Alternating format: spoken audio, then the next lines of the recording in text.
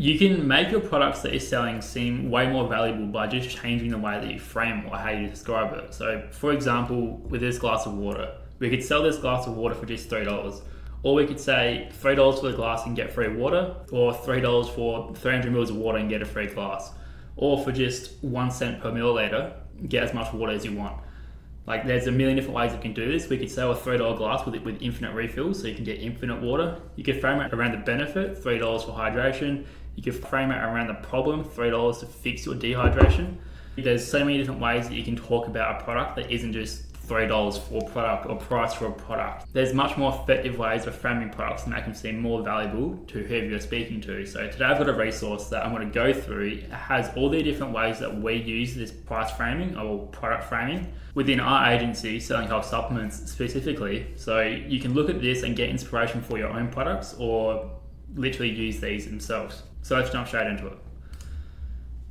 Now the first thing up here is a quote. So that's actually from Mad Men, the series. Something that Don Draper said was, if you don't like what's being said, change the conversation.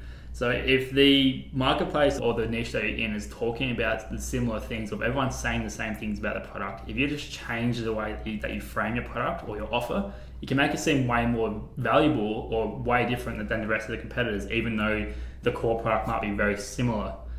So let's start this off with price-based framing, which we use especially for either premium supplements or premium products that are more expensive and we're trying to make them seem more affordable or highlight how affordable they actually are, or they're really applicable for especially cheap supplements or cheap products that are really affordable, and we're really trying to break down and highlight how affordable they are. A lot of this price-based offer reframing just comes down to doing the math. So instead of just saying $3 or $30 for this tub or box of supplements, break it down into the cost per day, cost per serve, cost per week, cost per benefit, cost per whatever.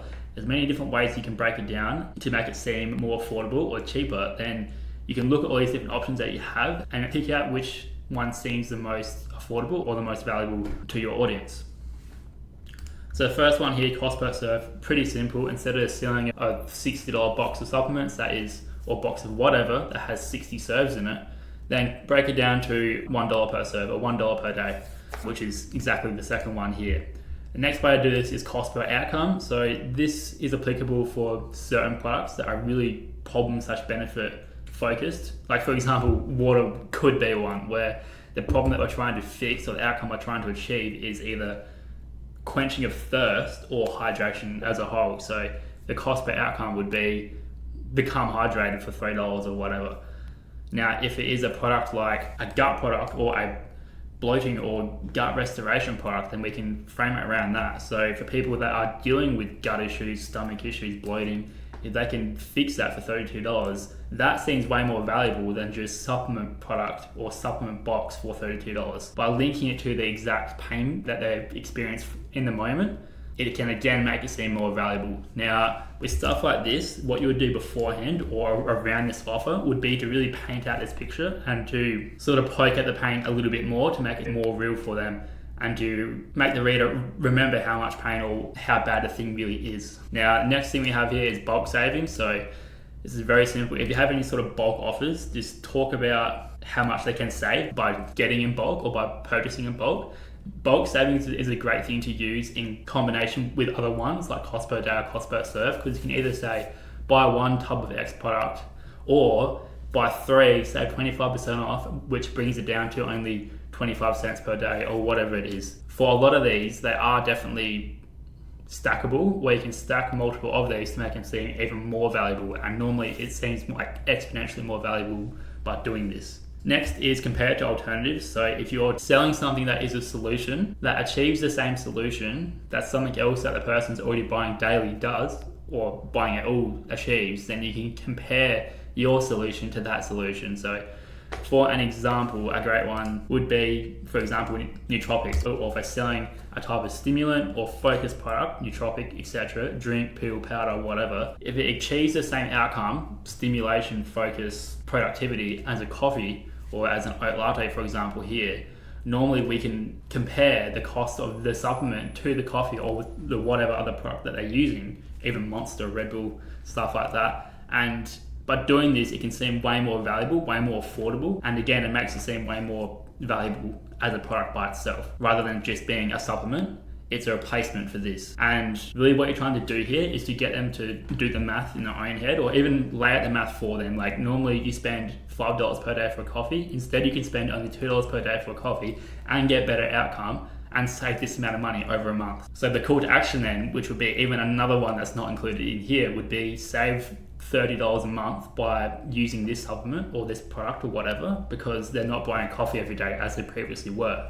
Now, next one here is upgrade framing. This is a great one for upgrading or upselling. If you're trying to get someone to buy more of a product or to increase their AOV, then you basically just outline exactly what they get. And again, do the math, like tell them how much they save. And you could also outline the cost per day, cost per serve, etc. The next thing here is bundle framing. So especially within health supplements, anything that is problem solution based, bundling your product around different things can make them seem way more valuable, or at least make the customer experience when it comes to them scrolling through your products and what you have available more streamlined or easier for them to identify what they actually need. Especially for brands or e-commerce stores that have a lot of different products or are a marketplace style of store and they have 10s, 20s or even hundreds of products. It can become really confusing for the buyer going through the website when they have so many options, and they don't want all these options. They want a very defined and specific solution for what they're trying to achieve. So by renaming things and putting things in different bundles for different types of buyers with different pains or different benefits they're looking for, you can make it obviously specific to them and eliminate any guesswork on their end, which ultimately just increases their conviction when it comes to looking at the product and making that buying decision. So a few examples of these could be problem-specific bundles. Great, these are perfect. Like gut issues, energy issues, sleep issues. Again, these are all based around supplements, but there's so many different ways you can do this. It's really infinite. Benefit, again, it's just the flip side of this. So these bundles could be on the exact same thing as the problem bundles or referencing the same thing, but just in a different light. So it'd be like the best sleep ever bundle or a healthy gut bundle or something like that. We're not talking about a specific pain point. We're talking about achieving the best version of whatever they're trying to achieve. User level bundles can be useful sometimes, but these ones are kind of case dependent. Seasonal bundle is just another way of doing it. So especially for more routine based bundles, again, especially for stores that have a lot of different products and a lot of different ways or combinations in which someone can buy the products, by giving them an exact morning stack or night stack or pre-workout stack or post-workout stack or bundle, whatever, it again just makes it extremely obvious as to when they should use these products and when they're best served by using them. But honestly, these ones here are less applicable. Like these two ones at the top are definitely the best ones I've seen work, and then these other ones are just other ways you can do it. A few more are goal-based bundles. So this is especially applicable if you have like product with guide or program with a supplement or whatever that is all built around trying to achieve a certain outcome, usually within a specific time to make it seem more valuable. But again, how you can do this will depend on the exact product itself and what the outcome is you're trying to achieve. And if you have anything else that you're putting with it to make it seem more valuable or more likely to achieve that certain outcome. A few more would be complete protocol bundles. So this would be like everything that they have in order to achieve a certain protocol, like a gut fixing or a detox program or weight loss program, hormone optimization, like whatever products they have or whatever things they have to achieve a certain benefit, you could put in a bundle like this where they might get the products and then another guide or whatever that helps them achieve a certain benefit or the certain outcome within a certain amount of time.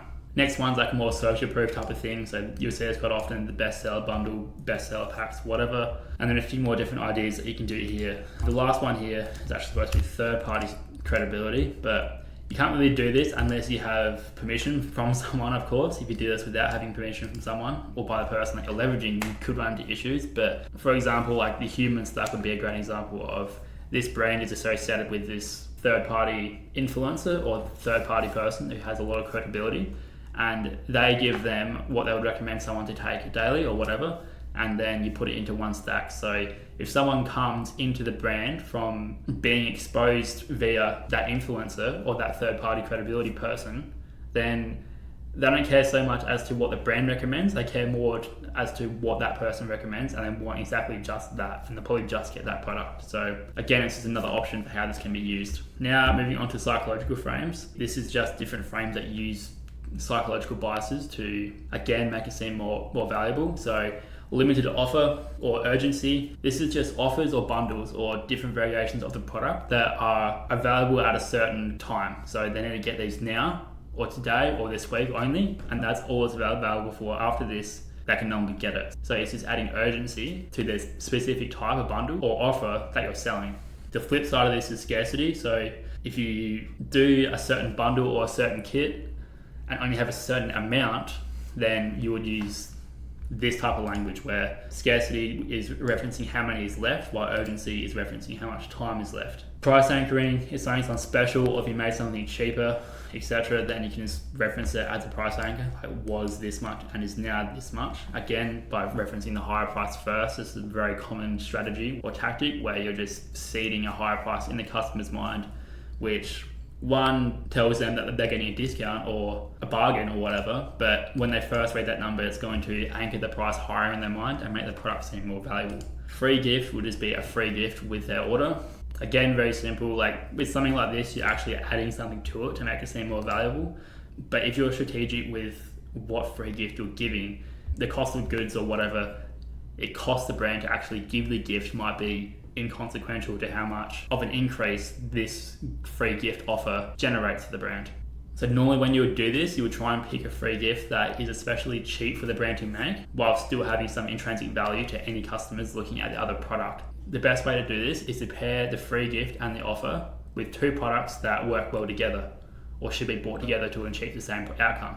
Risk reversal, just framing the offer around a guarantee. So instead of talking about how much it costs, scarcity, whatever, just on your talk about they can try it out for a certain amount of days or whatever your guarantee is, and if they don't love it or whatever your conditions are, they can get their money back. So it's eliminating any risk on their end and lowering the barrier of entry for them to actually try the product.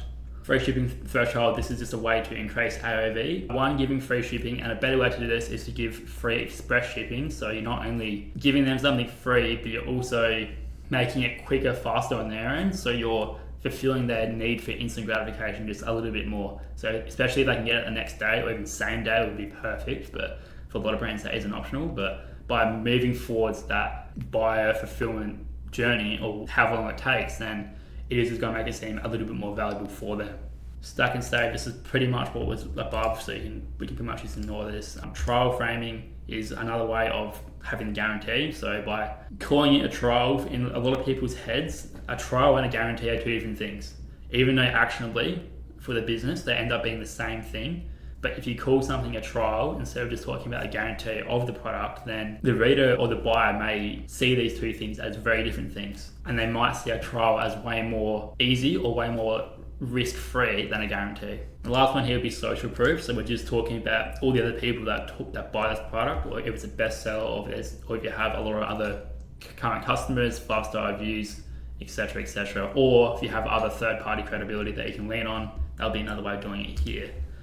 Moving on, we have subscription and retention framing. So this is for selling subscription offers, and this is for getting people to come back, repurchase, and whatever. So subscriber savings is really powerful, and again, we're just trying to get people to join our subscription or our recurring offer to increase their LTV, etc. So subscribing savings is very common, where they'll get a benefit or maybe 2 benefits or 3 benefits or whatever for joining their subscribing program.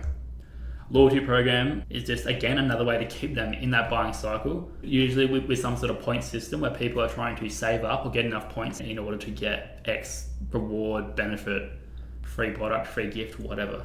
First time order perk. So you would use this when you're trying to convert more people into first time subscribers, and you would give them some especially good or valuable resource or offer or discount or whatever to get them to join that subscription cycle, with the hope of getting the majority of people to stay in there once they're in. So next is lock-in pricing. So especially if you're in a niche or marketplace where prices tend to increase often or fluctuate a lot, you can say if someone starts subscribing now or subscribes now, they'll get today's price for either the rest of their life or however long they stay in their subscription cycle for, or for the next year or 2 years or whatever. The T's and C's can definitely depend on whatever you want it to be, or depend on the business economics itself. Next thing here is early access to new products. So if they subscribe, then they get access to new products / new offers when they come out.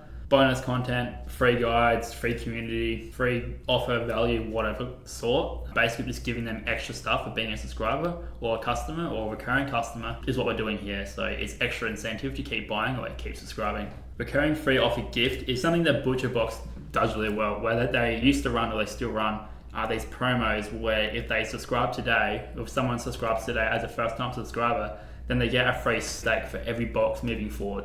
And this free steak offer stays and they get it every month as long as they stay on the subscription. If they ever come off the subscription at all, then they lose this. So it's really an incentive for them to stay on the subscription cycle and never fall off of it, because if they do, then they'll lose their free steak that they're getting every month. So you can do something like this with your supplements or whatever other products that you have, as long as you have something else that you can add to it to make it seem more valuable. Even if it's just more of the same thing, you can give them just an extra 10% more or 20% more of the product that they already are buying or subscribing to if they stay on the subscription cycle. Now the last thing I have here is stacking offer blocks. So by stacking multiple of these together, you can make them seem exponentially more valuable, where 1 plus 1 may not equal 2, it'll equal 3, 4, 5 or 6.